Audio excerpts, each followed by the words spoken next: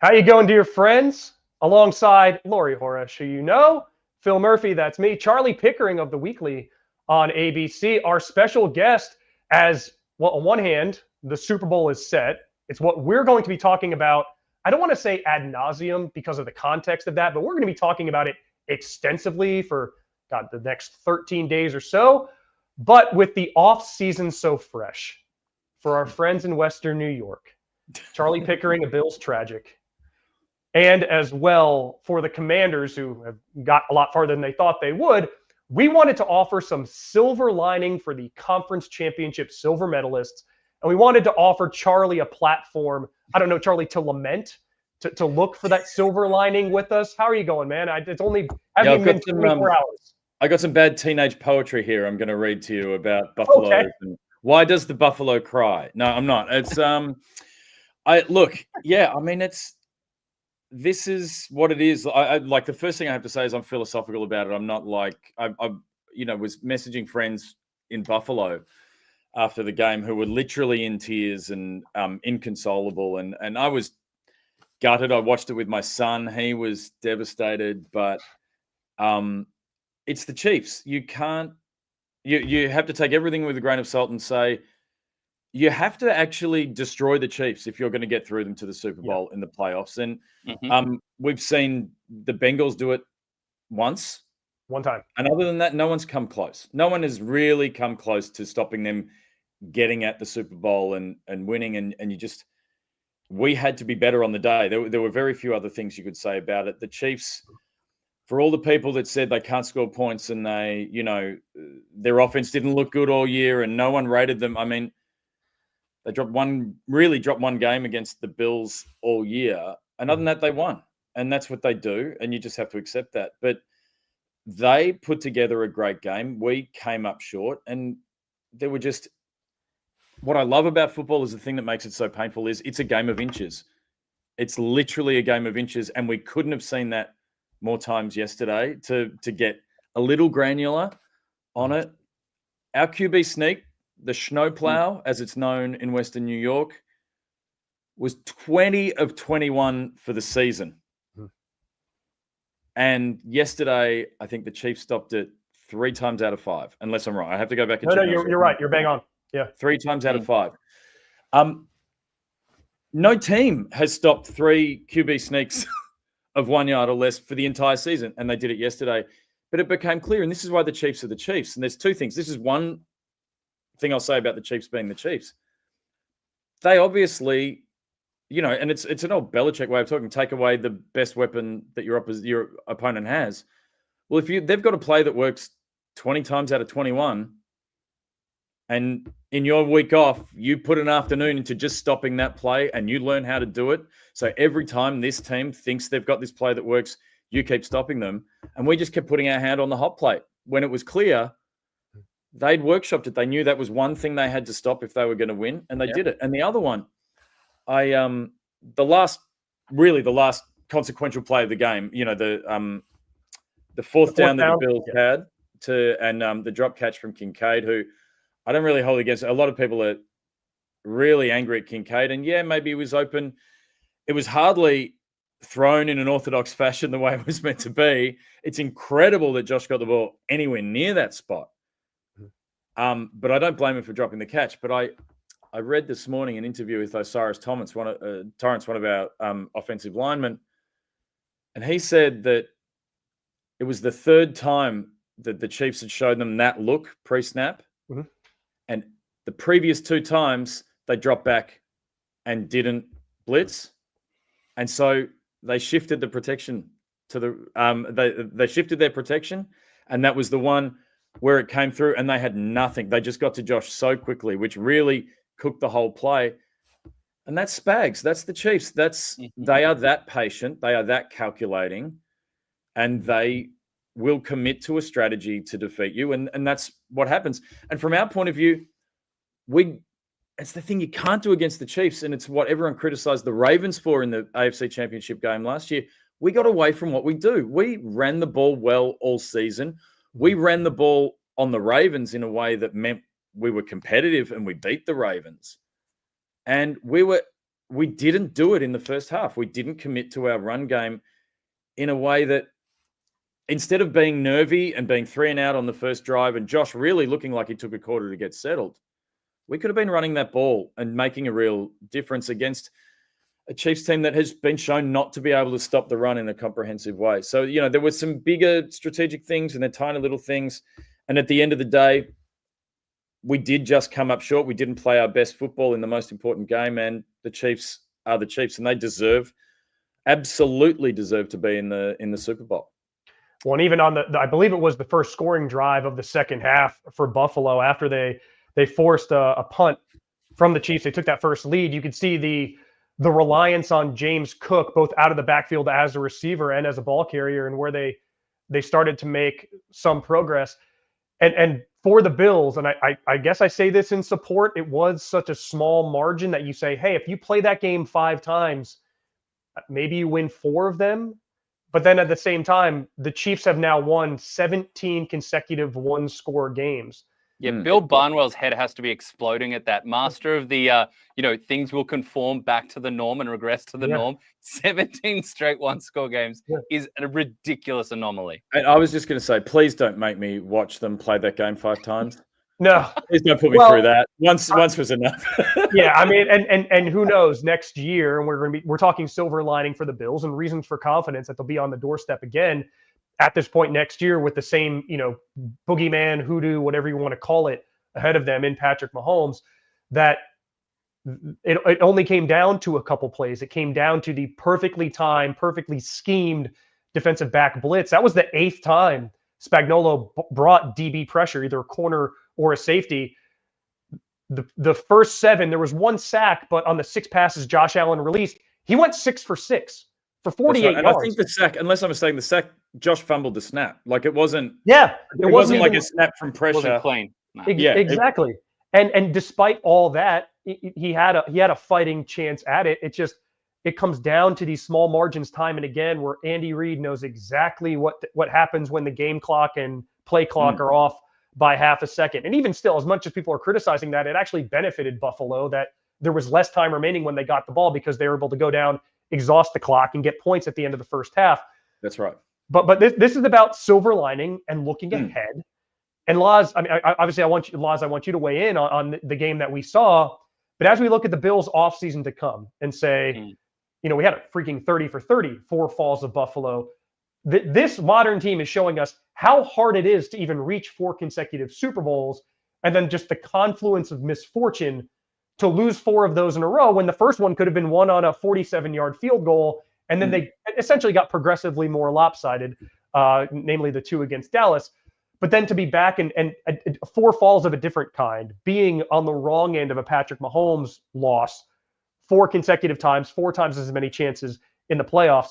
As we look ahead, the Bills, they're not in cap hell. I mean, the Saints are. The Bills have some cap space mechanics they need to work out. They should post June 1, Von Miller to create some room. They'll have some tough free agent decisions to make. They'll figure it out there. It's not unsolvable, that puzzle. Where I think there is silver lining is in the draft.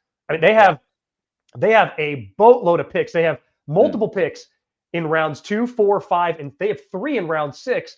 Some of that from the Stephon Diggs trade and just other things that have fallen in their favor. They're going to pick 30th in the first round, so that's going to weigh down their draft capital, because just how the chart works, high first round picks mean so much. But if you take away the first round, they actually have top 10 draft capital. So they have a lot of opportunity for some of these high ceiling, perhaps low floor, but high ceiling players to fill in some of these spots.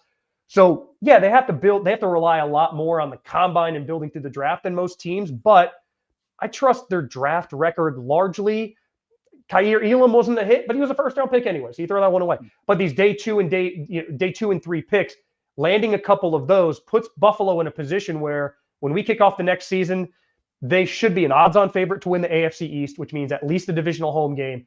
And whether that's in round 2 or 3 of the AFC playoffs, sorry, Charlie, we're going to be right back here again. And it's going to be Allen, perhaps at Arrowhead. I mean, maybe the Broncos can take another game off the Chiefs. This one, against their starters, I don't know. But probably at Arrowhead again, going into the Lions' den and trying to get a favored result this time, 5th time's a charm. Yeah, look, it's what you're going to have to do. And also, I was giving it some thought before the game yesterday of just, if the Bills make the Super Bowl, they want to beat the Chiefs in Arrowhead on the way there. So no one says, oh, yeah, but you only made it because you didn't have to beat the Chiefs to get there. I think they, deep down, the Bills want to do it. Michael Jordan had to beat the bad boy Pistons. It wouldn't have been the same if he didn't have to go through Detroit. That's exactly right. That's exactly right. I think the outlook is excellent for next year, given that if we think about where we were preseason last year and everyone saying, well, also, this was the year for the Bills to take their medicine. They got rid of Stephon Diggs. Absolutely. We had $60 million in dead cap this year, and no one thought we were going to compete. But what I think happened was a philosophical shift within the team and the way that the organization and the way that it's run. We let go some players that we were hanging on to almost for sentimental reasons, and we replaced a Gabe Davis with a Mac Hollins. And the thing about Gabe Davis is I was never confident he was going to catch the ball. Like, his hands just weren't good enough. Whereas Mac Hollins will catch it. Mac Hollins puts himself there. Had some multiple great contested catches in that game yesterday. Absolutely. Yep. And kept us in it, like really got us back in the game by making plays, but he did it all year. Also, he blocked just as well, if not better, than Gabe Davis. So the idea that we can let a Gabe Davis go and have a Mac Hollins and really create this philosophy of no one being better than the team, no one bigger and more important, and taking the ego out of the room. And sure, we might not have gotten the best production out of Amari Cooper, but he was a cultural fit. He made some big plays that were important in the stretch. But there's just key places where we need to improve. We need some tough defensive ends. We need a receiver that can really stretch the field. I think Coleman's going to be great next year, but I think he almost hit that rookie ceiling, I felt, towards the end of the season. But like you say, we got a lot of draft capital. Even if it's not drafting all those players, it's using those picks to get to where we need to be. Yeah. Maybe some of those picks can be bundled so we move up in the first round if we need a safety, which we do, a corner, which we do, a defensive end. Like, we need a game-wrecking pass rusher. We need a Max Crosby, a Myles Garrett. That's what our team is. We don't have one of those. We just don't have available. Well, look, here's the thing, that starting to get into the draft class as I have, and I've had much reason to, given my affiliation with a certain team from North Texas. I've had green light, full runway to go start looking at the draft class. And look, if you want extra stoutness up front, this defensive line class is beefed up, loaded up, suited. Like, this is ready to dive in and add multiple pieces. You guys have a bunch of veteran names, and Phil mentioned Von Miller. Could he be a post-June 1? But there's a bunch of veteran defensive linemen that are going to be moving on. But this class is just built to add some starchness and some explosiveness up front. There's pieces like Ed Oliver's up there and had more than a couple of moments yesterday.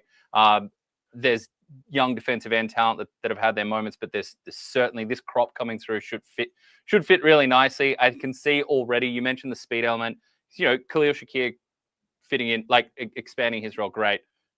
Keon Coleman, you expect to step forward. They're a nice match of skill sets, but adding that speed. You know, see Tez Johnson is a name that's getting thrown around for Bills fans already with the vertical speed that he has. Slider guy, what is he, 170, Phil? I don't think I've weighed 170 since year 7, but he's certainly got the wheels to take the top off. So the positive thing about the Bills going forward is this hurts. And look, I should jump to the comments quickly. Yes, we've got poor old Bills, 4 straight Super Bowls now. Yep, to the Chiefs. We mentioned that. And Brad, friend of the show. Good morning, fellas. Not sure who's more crestfallen, Charlie for his Bills loss or Laurie for his head coaching game. Thanks for that, Brad. Appreciate that, mate. Look, at least Schottenheimer was decent on his press conference, unlike Jerry Jones, who just talked word salad nonstop. Stephen Jones, who used 30-year drought in quotation marks. This is not for facts, man. That's just fact. I'm sorry. No alternative facts to not winning a Super Bowl in 30 years and not being there. Anyway, there we go. Brad saying Tez Johnson weighed in at 157 pounds at the Senior Bowl. I'm not sure I weighed that since you're 6. Anyway, moving forward with the Bills, the positive thing is that we're not coming out of this game saying Josh Allen like the headlines, the nauseating headlines surrounding a quarterback. Oh, it's Josh Allen. It wasn't. Josh Allen comes out of the game with probably even more respect than he had beforehand. And yes, the QB sneaks. I was begging at some point, Phil, for someone who was watching the broadcast and hearing Nance and Romo saying, "We met the Chiefs in the production meeting. Left they guard. knew this thing was going left. They run QB sneak."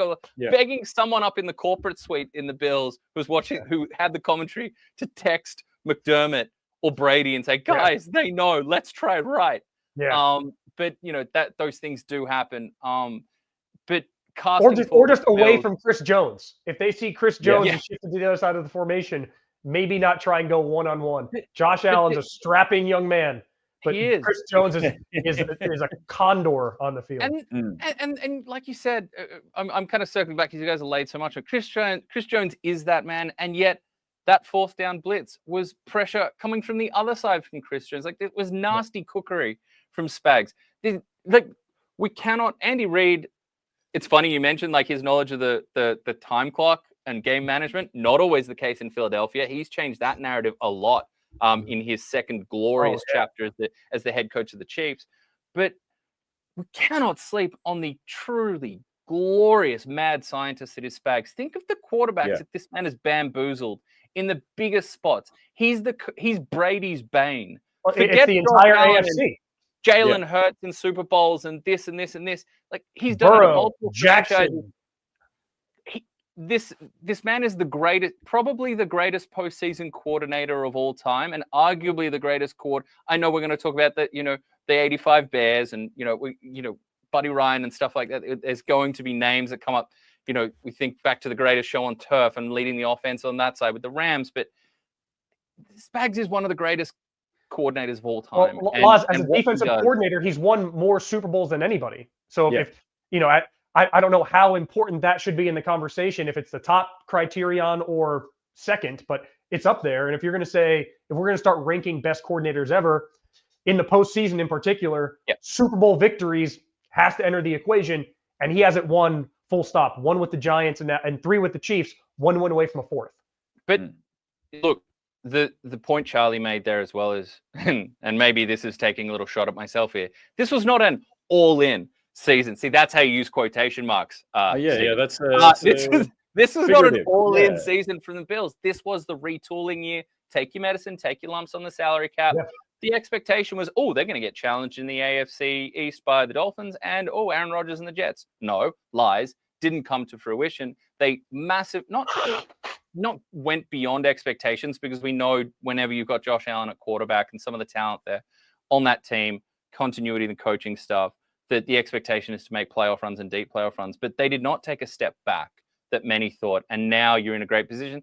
And look, guys like Matt Milano, come out of this season healthier than they came into the season. So how many clutch tackles for loss did he have with one arm? A big sack of Mahomes on third down, I believe, to knock the Chiefs out of field goal range.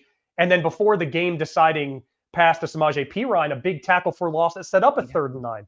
Matt Milano, with the Terminator sleeve. Look, all right. And I just want to give one more silver lining if I can, like stepping away from that. And it is about Josh Allen. And a way that I think he is remarkable. He came into the league and everyone was impressed that he could run through people and jump over them and he could throw it anywhere, but he was inaccurate. And he worked on it and he fixed his accuracy. And then for years, everyone said, too many interceptions. The guy throws interceptions. Josh Allen isn't MVP caliber because he throws too many interceptions. And he actually eradicated interceptions from his game. Like, and to a level this year, which who knows if he can repeat it. But the fact that he achieves what he sets his mind to more than most people, he can change his tendencies and he can change his core skills. He's changed his mechanics. He puts in the work to eradicate the problems that hold him back. And I think that's the biggest silver lining. In the same way, we're going to get to the Commanders. Silver lining is, you've got the quarterback you need for the future. And the biggest silver lining for the Bills is we've answered the biggest question, and we've had that biggest question answered for years now. It's just making sure we use that to achieve what we need to do.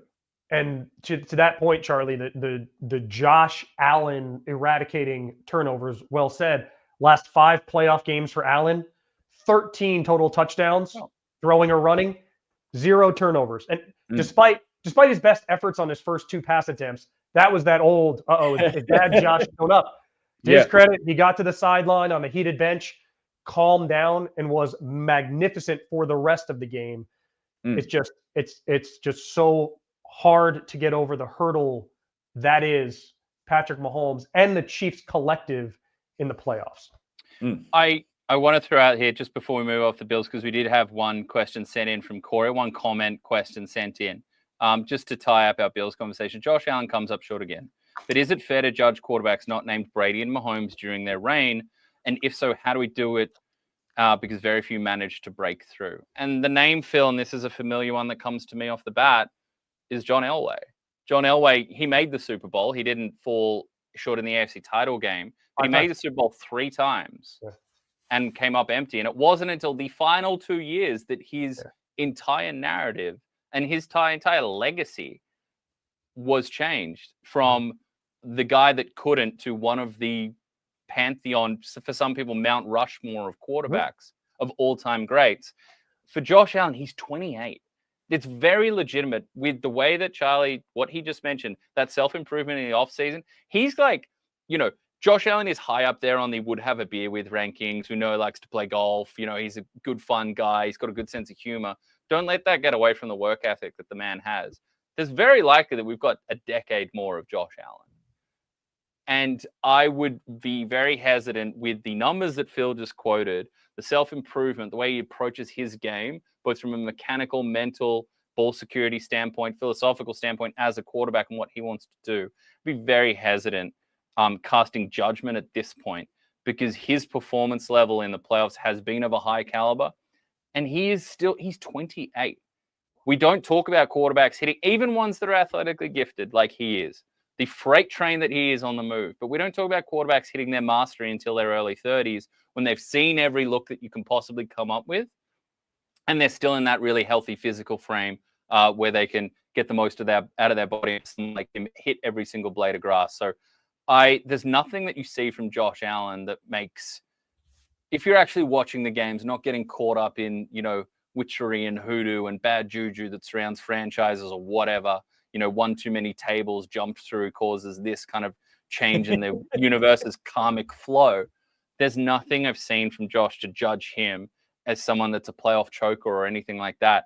And I think we should all be exceptionally excited in terms of judging him for the next 10 years, because out of the quarterbacks that haven't won a ring, I mean, nothing about, forget his talent, nothing about his performances in the playoffs suggests he's not going to continue making big runs. Charlie, I'll let you add to that. I mean, you watch him closer than either of us. Yeah. Oh, if I had the choice of any other quarterback in the league, I would actually take Josh. And that's including Mahomes. That's my personal feeling with where they are at in their careers and what they bring to it. And people are going to say that's crazy, right? But you talk about the Brady era and what it was like playing through that era for other quarterbacks. Peyton Manning obviously comes to mind of how long it took him to get over the hump. Mm-hmm. It's the organization and the quarterback. It's not just a quarterback thing. It's funny how, yes, quarterback is the most complicated, sophisticated, high-level sporting position in the known universe. And yes, it is the quarterback who has to make it happen every single game. But there's an organizational difference as well. And the Chiefs have exactly what they need, and they have a winning culture. They have drafted players who now have only known winning Super Bowls. That's all they got drafted out of college and all they've done is win Super Bowls. That's culturally an incredible asset to have. Yeah. Winning is a habit. So from a quarterbacking point of view, I think you have to take the organization into account. Mm-hmm. I agree with you, though.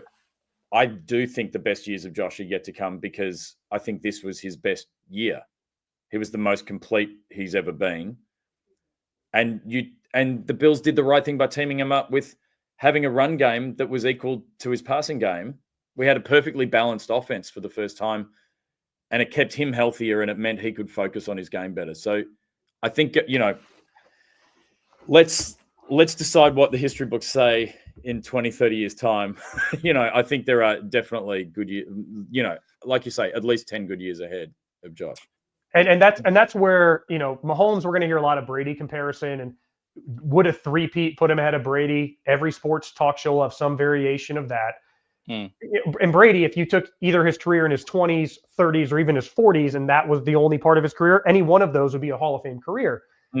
But to ask, is it fair that we judge these quarterbacks, non-Brady, non-Mahomes, in their eras and their primes? Well, of course it's fair in the context of who are the all-time greatest. And my buddy Jimmy Smith, who I used to host Fight Camp with on ESPN, he would always say this in these types of conversations. He said, go watch the 100-meter race at the Olympics or World Championships.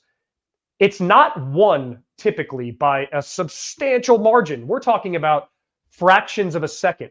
Among the elite of the elite, the margins are small. So Justin Gatlin or Johan Blake, terrific sprinters. They're not Usain Bolt. And until they have that level of performance consistently and they get over that, they're not. But it doesn't mean, we're judging them in that context, but I think we can be nuanced enough to not diminish them. We can look at the improvements Josh Allen has made, how he carried a team whose top receiving target was a third-year, fifth-round pick. 4 of his top 5 wide receivers in terms of receiving yards left in the offseason. And still he had probably his best season despite all that, and reason for confidence that next year will be better.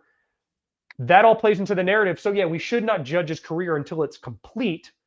But I do think it will be fair at the end of his career to assess this time, but vis-a-vis Patrick Mahomes, because Mahomes has gotten the better of him. Absolutely. Yeah. And everybody against whom he's gone in the AFC playoffs. The other part of this as well is, as I look and you get to a certain age of sports fandom, which I think we can all probably, honestly say that we've reached, where you can actually look back on previous eras and remember what it was like watching people in our childhood, in our teens, in our 20s, 30s, etc., and then hear other people that perhaps weren't watching during those times talk about the numbers that they read in the box score and stuff like that.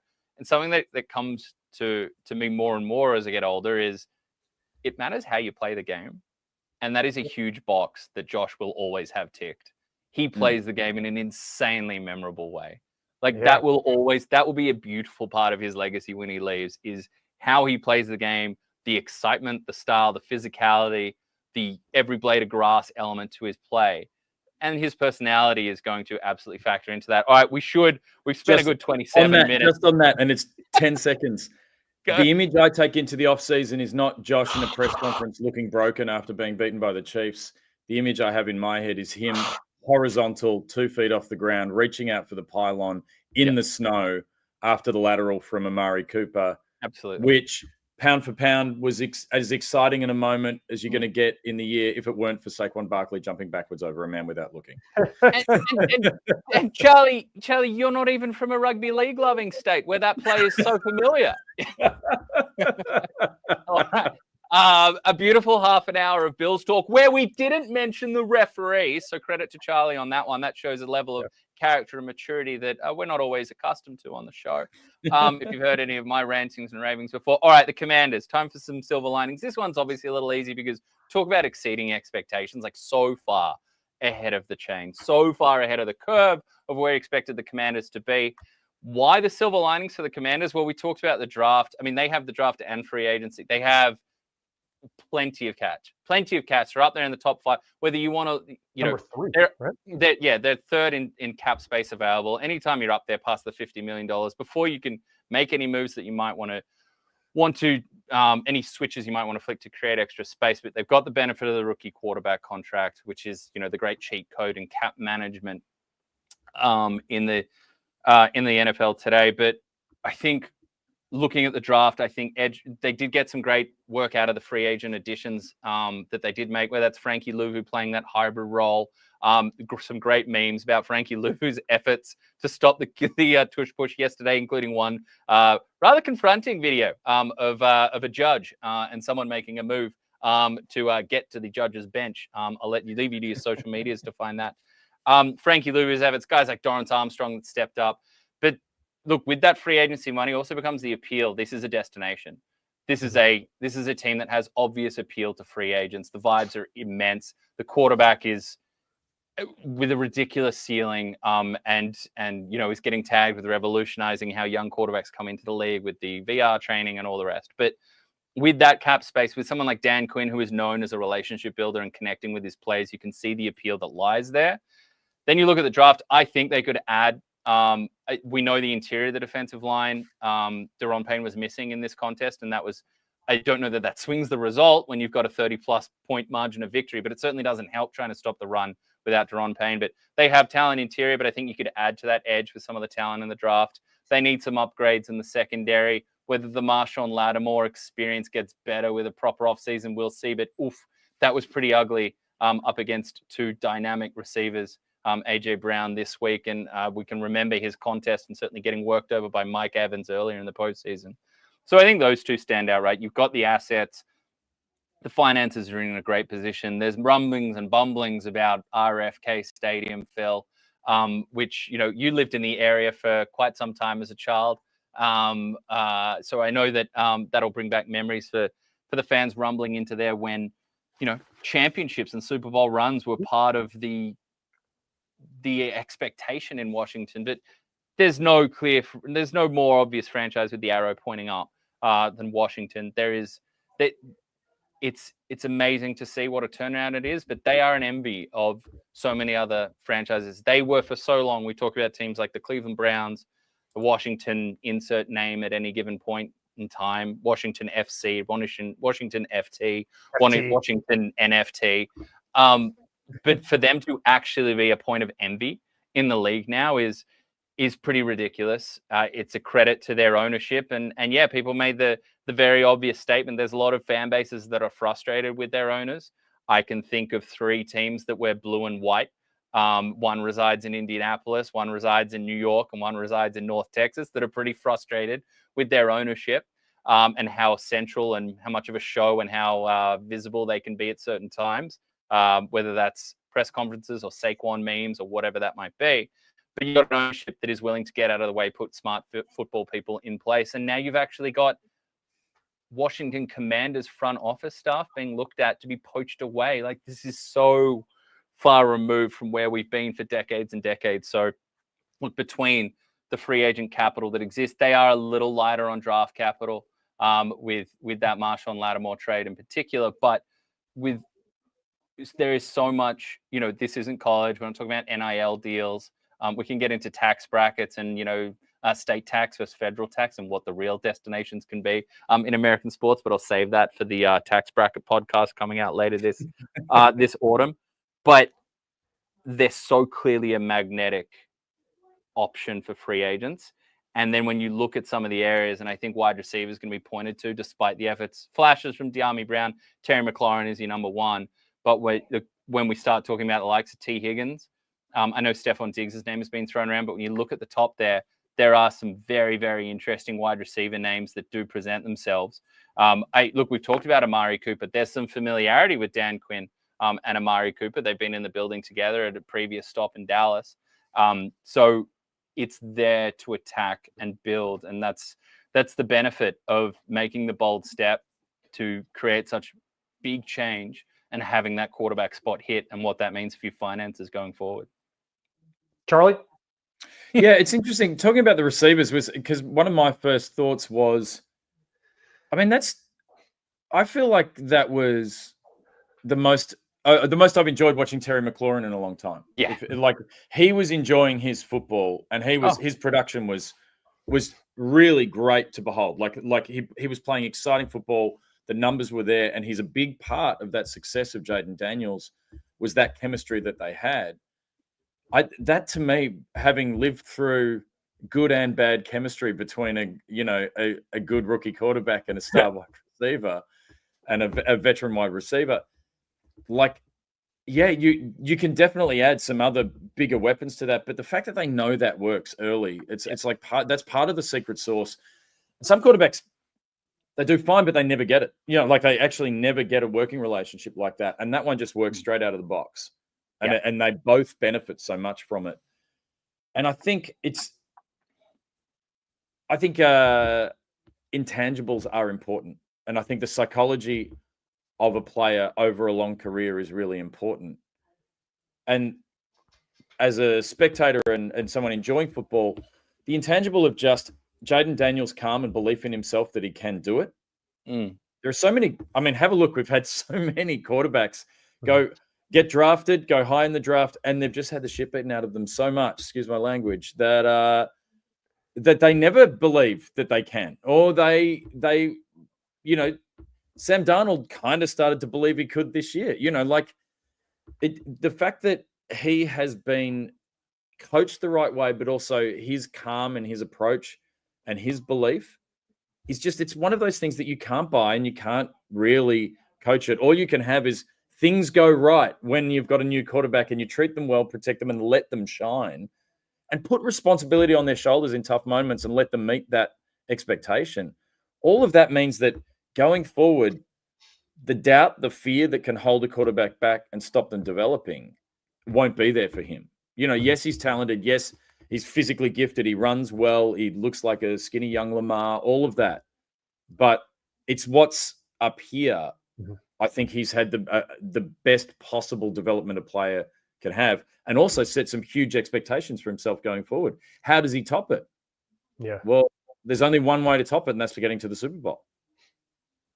And that's going to be the hard thing, is managing expectations in DC, because what he did was so unprecedented as a rookie. And you have to look no further than CJ Stroud, who had an unprecedented rookie regular season.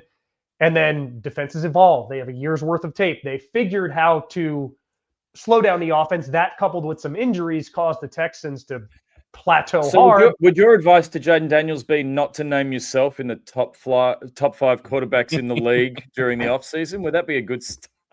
Yeah, I mean, whatever he can. But I think he's in a favorable position because of what you guys talked about. They had to take a swing for the Marshawn Lattimore deal at the time, giving up an end of round 3 pick, a 4 and a 6 for Lattimore and a 5th. So your net is you're losing a day 2 and a day 3 pick, but like right at the end of day 2 and a day 3 pick, and you get Marshawn Lattimore, except his fitness and performance haven't been there. Had to take a swing and a miss. But the draft capital, they can hit on what's there. What the advantage for them is going into this offseason is the cap space. The names of the franchises you're going to hear during free agency again and again: Patriots, Raiders, Cardinals, Bears, Commanders. Those are your top 5 cap space teams. And there is not a player out there that the Commanders cannot afford. Laz, you've been talking about the team in North Texas that in the offseason claimed they couldn't have afforded Derrick Henry. We know lie detector said that was a lie, Maury Povich. But the Commanders, there is literally any player they want to bring in, they can. No disrespect to 34-year-old Zach Ertz or Olamide Zaccheaus or Noah Brown or Diami Brown. It's not going to be hard to upgrade that receiving room. The omission in my list, Terry McLaurin, on any given day is a Pro Bowl / All-Pro caliber receiver. Correct. He's run a 4.41 since he was 17 and on his way to Ohio State. Magnificent receiver. Me too. Proper, back when you were 157 pounds, proper rapport between he and Jayden Daniels. So now there's and it looks like Cliff Kingsbury is going to stay in place. Fingers crossed that nobody wants that Saints job because of just their cap situation. But the Commanders are in an exact opposite situation. And irrespective of what happens in New Orleans in 13 days' time, I'm an Eagles lean at the moment, but I've dug my heels in and made a pick. The Commanders are going to close ground on Philly in the offseason because they have the ammunition to do so. It's going to be very difficult to replicate in the offseason Howie Roseman and the Eagles had last year, but the Commanders have the tools to do it. And that's a very scary proposition for a player with the mental chops that you mentioned, Charlie, the physical chops that we've all seen, and now another year of experience and an experience of playoff football. He knows what it's like in a conference championship game to go into the hornet's nest that is Lincoln Financial Field, and for the better part of 3 quarters, hold his own. Now, if his own players could have held on to the football, maybe that results more competitive late. I don't think it would have been just because of Saquon Barkley's greatness and freshness. He only had 15 carries in that game. But he kept the Commanders in it because he was just unfazed by the moment. Yeah. So all of that is my silver lining for Jaden Daniels and the Washington Commanders. And for the first time in a long time, justifiable optimism in DC. I was there when they would freak out over Lavernius Coles being signed as a free agent, or Albert Hainsworth is going to change the franchise, or Donovan McNabb is going to turn. John Beck, was that a thing? John Beck versus Sexy Rexy Grossman, the quarterback camp battle to end all anybody who put pen to paper in DC, that franchise was so starved for. But Phil Beck had the quick release. He had the quick. Man, it's overdue there in DC. I'm happy for so many of my friends, my college mates who they've been waiting for this. And the silver lining is justifiable. It's just going to be hard to live up to it in year 2 because they exceeded expectation by so much in year 1 under Jaden Daniels. And now they have him for 4 more years of contract control. Correct. All right, a couple here just on some of the conversations we've been circling around. Brad says T. Higgins to the Commanders if the Panthers don't sign him. We are aware of Brad's thirst for T. Higgins in Carolina. KL player Higgins staying in Cincy feels the most likely. We'll see about the financials there because Cincy aren't always the team to pony up free agent cash. This has felt like it's heading towards a separation, but you know that the campaigning from Burrow and Chase is going to be pretty strong to keep him there. And I brought this one up before, but it's nice, so I'm going to circle back to it. Finally, not working and able to catch up with the best men in Australian NFL circles. Oh, thank you. Of course, that comes out the week that Charlie joins us, not a comment that we normally get. Yeah, haven't seen that. Look, and before we move off Fool's Gold, and I'm aware of the time, move off Silver Linings to Fool's Gold, and I'm aware of the timing. One thing that was said about CJ Stroud that's been said about Jaden Daniels throughout the season, poise, composure. Wow, so graceful in the pocket amongst all that. What was said about Stroud, what was said about Daniels. What would Daniels do differently other than, maybe he doesn't name himself in the top 5 of quarterbacks in the offseason? I would say I would put the foot down on the front office and say do not rest on any laurels on an offensive line that performed above expectation, because I just saw that guy down in Houston get battered behind a regressing offensive line, a regressing franchise left tackle who had a ridiculous amount of penalties, and Laramie Tunsil. Do not rest there. Let's invest, because we just got our A double dollar sign handed to us in the conference title game by a team in Philadelphia that don't just have an amazing starting offensive line. Their backups are dogs as well. They can just keep rolling through lines like a hockey team, bringing out, shift change. Here we go. More punishment to be dealt out, particularly in that ground game. So that's what I'd be saying there. Okay. Moving on to Fool's Gold, Phil. We'll keep this one a little more punchy. You took the AFC side of things. I took the NFC side of things. When you're looking at the Kansas City Chiefs, what could be the glaring weakness or the obvious hurdle that they may not be able to overcome in this matchup against the Philadelphia Eagles and might make their run to the Super Bowl just a hint of Fool's Gold-ish? Well, Laz, Charlie hinted on it earlier. When just the good with Kansas City, you have to put this team away. If it's The Walking Dead, and I always called Tom Brady a zombie, when the Patrick Mahomes zombie has been felled, don't assume he's going to stay felled. Mm-hmm. You have to put this team away. So that's my first message to the Eagles. Where I think there may be opportunity is the Super Bowl in Raymond James Stadium that me and 9,000 of my closest friends, mostly cardboard cutouts, saw in person. Super Bowl 55 was the protection of Patrick Mahomes. The Bucs had him running for his life in that game. Pass protection's been a significant issue, and it was an issue against the Bills. Mahomes was just admirable under pressure. The Bills had a 33% pressure rate on Mahomes dropbacks. He just happened to go 5 for 8 passing for 13 yards per attempt and 4 first downs rather on those 8 pass attempts, 5 completions. So it'd be pass protection is a concern for KC, and I do go back. There's a reason I brought up that Bucs Super Bowl. All time in the NFL, when you have a quarterback who has won an MVP against the number 1 total defense, happened 5 times before. The number 1 total defense is 4-1 in those head-to-heads. The only exception was Super Bowl 49, Tom Brady beating the Seahawks, which I actually didn't have a problem with the play call of a pass on 2nd and goal. We can talk about that another day. But the ball location, Russell Wilson throwing to Malcolm Butler, who happened to be employed by the New England Patriots, was the reason the Seahawks lost that game. If not for that, it'd be 5-0. So historically, number 1 defenses perform well against MVP quarterbacks. The recipe for the Eagles, that excellent pass rush. Nolan Smith has been playing out of his mind with a defensive back core young that's been ball hawking. Quinyon Mitchell got his first interception of his career. Congratulations. The ability to pressure the passer, keep tight coverage on the receiver is an avenue to an Eagles upset. That's the fool's gold for me for KC. All right, fool's gold for me. And look, this is a rematch. This is a familiar meeting in recent years. Another familiar meeting is the Google prompt I just got, Phil, that told me that I'm getting a forcible restart in 20 minutes on Google Chrome, which we love on a Tuesday morning live on the Brekkie Show. So we'll roll with the punches there. Gotta love technology in 2025. Okay, my fool's gold, and this one's it's been an improving part of Jalen Hurts' game, how he's handled the blitz. How he's handled the blitz has certainly been something that he has. It hasn't been a spectacular season. That was a fine performance. Might have been his best performance of the season against the Washington Commanders. He has massively improved in that area where it just felt like for so long the answer was blitz, blitz, blitz till this guy can show us he can handle it.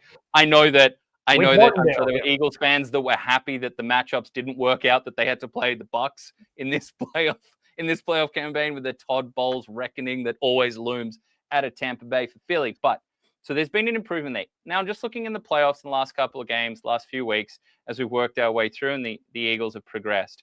Against the blitz, when he is blitzed, he's ranking fine, kind of fifth, sixth out of the playoff quarterbacks in how he's performed EPA per play success rate against the blitz. When he's not blitzed, he's up there at second.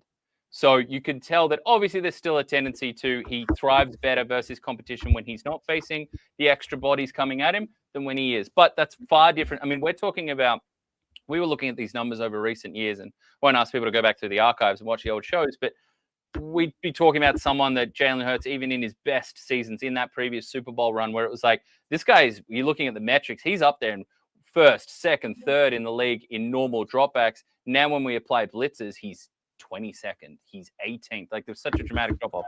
Now, here's where the fool's gold comes into it. Pressure. When Jalen Hurts hasn't been pressured in these playoffs, he ranks first in those key quarterback metrics, your EPA per plays, etc. When he is pressured, that drops to 10th. So that's where this comes down to me. That still exists. That ability to play versus pressure. All quarterbacks are going to drop their production against pressure. I can look at the numbers. You see these top quarterbacks to the left in the playoff picture. Their EPA per play is at plus, 0.3, 0.4, 0.5 at the top of the rankings. And then you add pressure and the top mark is plus 0.15 or something. It's always going to drop. But his ranking and how he positions in the league of quarterbacks and the playoff quarterback contingent massively falls off. So for me, the fool's gold is if Spags gets cooking, and we didn't see it over the top. We saw, and I'm not trying to bury more pain here on top of pile more pain and dirt on top of the Bills here, but we saw that key fourth down. We saw the exotic looks. But if Spags, with his 2 weeks to prepare, is able to get home and get pressure against that fantastic offensive line the Eagles have, that points to me as a familiar source of a Chiefs victory and the Eagles offense stumbling, because there's so many other reasons to suggest they won't. The run game, Saquon Barkley obviously gets the headlines. The protection of the football from Jalen Hurts, he has been so good keeping a handle on that ball after a 2023 campaign where that spiked and his turnovers absolutely climbed up. Not to mention, a nice showing from AJ Brown, who put the book headlines to the side and had a really nice day out there and continues to be a ridiculous one-on-one matchup. So that for me is the one that I'm looking at for fool's gold as we probably tick towards 15 minutes left before we jump on out of here, Phil. All right, Charlie, what are your fool's gold, your areas of weakness for Kansas City and or Philadelphia? I mean, the obvious one for Kansas City for me is just they have a middle-of-the-pack run defense. Mm-hmm. Yeah, the Bills, the key to their success in coming back in the second half was running the ball. I wish they'd done it in the first half. And it's the Eagles. Saquon Barkley, I'm confident he can run on them all day. Like I just and they have such a great front on their O-line, and they can really, that's to me the biggest weakness with the Chiefs. And there is just production to be had there with the running back room that they've got. That's just so absolutely obvious to me. On the other side of the ball, it's kind of an intangible to me. And it's kind of a cohesion and discipline. Like the coaching of the Eagles is very, very different to the coaching of the Chiefs. Yes. A lack of discipline is not acceptable at the Chiefs. And you can tell about that by the way that they put the refs out of it, right? Put the refs out of this conversation. I personally think the reason they don't have a lot of penalties against them is they're the most disciplined team in the playoffs. It's as simple as that. I don't think that the Eagles have that level of discipline in high pressure situations. And if you told me that there was 8 penalties, 9 penalties, and it added up to 60, 70, 80 yards, I would not be surprised at all. And if you just throw that into the mix, given the fact that the Bills who came in, they were disciplined, they lost as a matter of inches. You take that many yards away before a ball's even been snapped. Well, there it is. Well I can't argue with any of that. Insightful.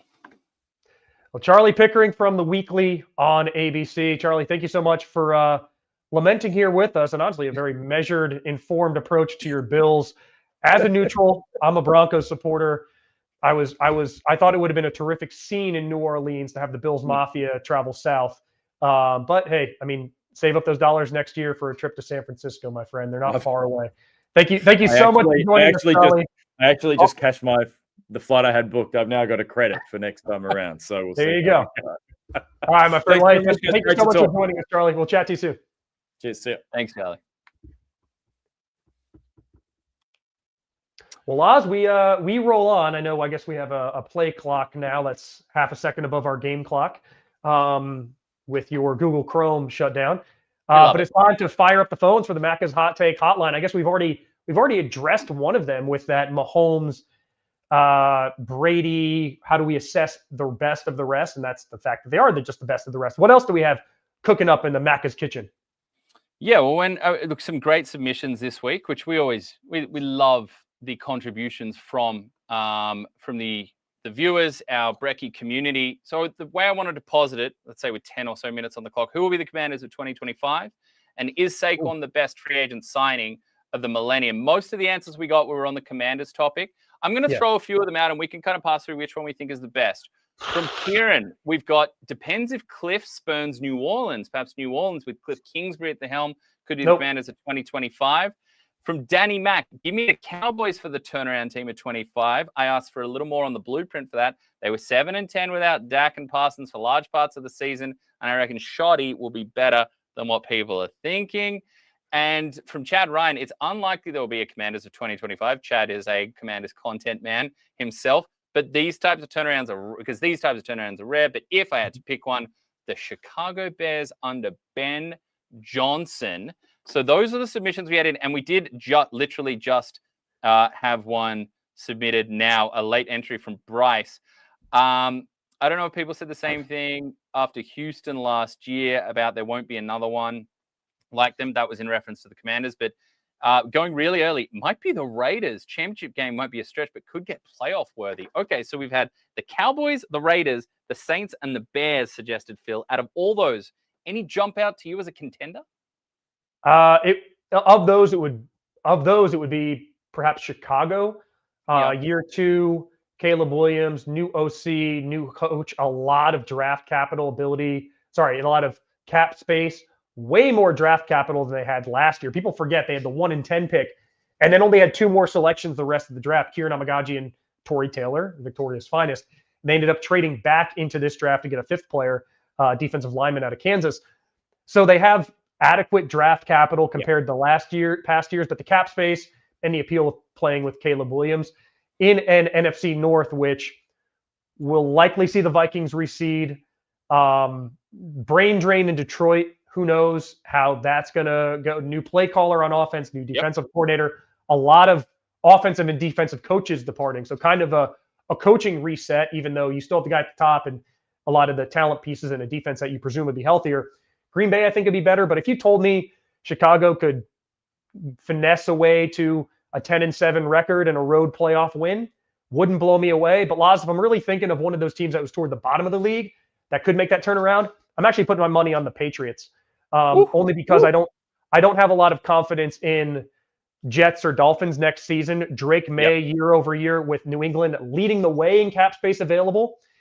If that Mike Vrabel-led team can adopt that psychology, a coordinator gets in rhythm, new coordinator in rhythm like Daniels did with Cliff Kingsbury, but Drake May and the promise he showed with a new OC, and then cap space to bring in, again, there isn't a player who they can't afford, a single player. I would say the Patriots would be the team I think be in that real, like, completely out of contention to a playoff win or two, like the Commanders did.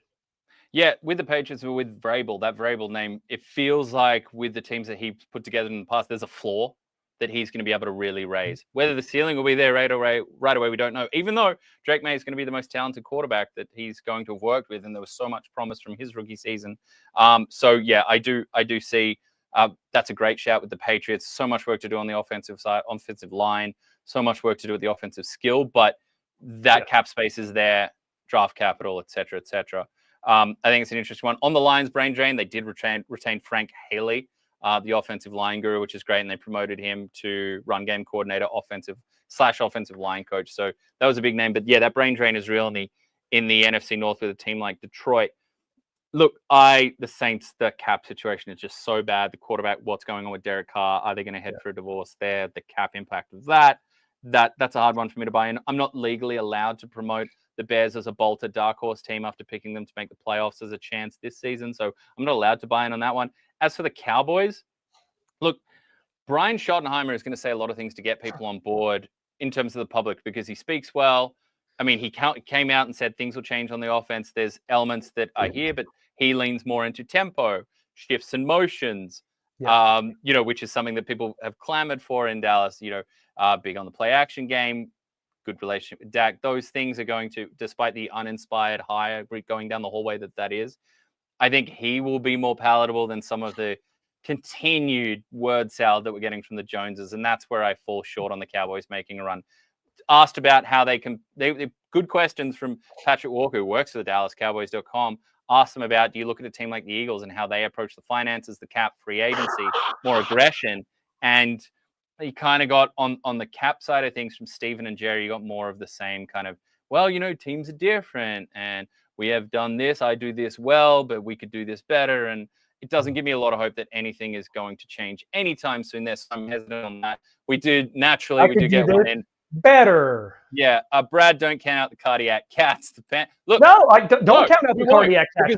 Because Bryce give him 2 wins against the Saints, flat out. Bryce Young showed reason for promise. Massively. And Carolina's starting to make up for some of that draft capital they lost in the move up to get Bryce Young. So, I mean, next year might be ahead of schedule, but we said the same thing about DC. I'm not buying the Panthers to make a playoff run next year, but 7-10 is out there, a respectable, watchable season. Look, Dave Canales showed the promise and the quarterback whispering tendencies or talent that got him a quick rise up that rankings and into a head coaching spot. And Bryce Young showed toughness, promise, and productivity down the stretch without a ridiculous array of weapons. So, yeah, yes, it's been tough for Carolina Panthers fans, but I think there's a lot of reason for hope. Phil, I think I'm at like 5 minutes to go. So we are going to come down to a closeout here, but I do want to bring up that other side of this, the other part of the hot take hotline prompt. Saquon Barkley, is he the best free agent signing of the millennium? I wanted to keep it to this because I think we can go back further and it gets back to names that people aren't familiar with. Reggie White comes right off the, I can't remember whether was Dion traded or a free agent? No, he was free agent from San Francisco to Dallas. Yeah, so there's names there. But from the 2000s, one of the names that we got sent in, I thought it was a great answer. And I know I need to keep this very, very quick. But this was sent in from Kieran, and his answer was Drew Brees. A championship-winning, Super Bowl-winning quarterback, Hall of Famer. And I will say about Drew Brees, there's a lot of significance there because 2005, the Saints, they were displaced. They could not play in the Superdome because of Hurricane Katrina. They played one home game against the Giants at Giants Stadium. They played a handful in the Alamo Dome in San Antonio, Texas. And then they played the rest of theirs at Tiger Stadium, LSU University. That's 2005. They get Drew Brees. They come back to the Superdome franchise hope. He's a first-team All-Pro at quarterback. Now, they didn't win a Super Bowl for 5 years after that, but he brought hope to the city, and that matters. Peyton Manning's another one going to the Broncos. Again, first season, terrific. Second season, 55 touchdowns, all that. Won a Super Bowl in his fourth season, kind of despite his own performance, I think it's fair to say. We're talking guys 4 and 5 years removed from that free agent signing before they, let alone won a Super Bowl, were in contention reaching a Super Bowl. Manning got to a Super Bowl in his second season. Saquon Barkley has been integral to the Eagles' run, having one of the all-time great running back seasons in year one. I think if we're boiling this down to a first-year impact, which is the only way to do an apples-to-apples comparison, for me, Saquon Barkley is the best free agent signing of any team this millennium, and that would be cemented if they win in 13 days' time in the Big Easy. Not only that, but he's challenged the old school dinosaur nonsense that if you spend on something like a running back, then we spend on the running back, we can go cheap on the offensive line, or he we needs spend to on get the a raise quarterback in the offseason. Yeah, we spend on the quarterback, we can go lighter at wide receiver because the quarterback will elevate it. No, if you invest in one position in an elite talent, you should invest in giving them the best possible circumstances to succeed and thrive. And that's how you get an MVP candidate out of a running back in the age of 2025. But we do have to get out of here before Mike Chrome gets punted from the universe. And appropriately, before we can give our update on popular demand from last week, where one of us went 2-0, the other went 0-2, increasing our gap to 22 units over the course of the season. Shame that we don't get to give in that update before Laz's computer melts. Yeah. Shame how that happens. Definitely not a conspiracy. All right. Well, thank you guys for joining us for this edition of the NFL Brekkie Show. Next time we chat to you, we will be in the same building in New Orleans. A few shows planned at the site of Super Bowl 59, who we now know it's between the Eagles and the Chiefs. Thank you guys for hanging out with us for over an hour. We can't tell you how much we appreciate it. We will chat to you again next week.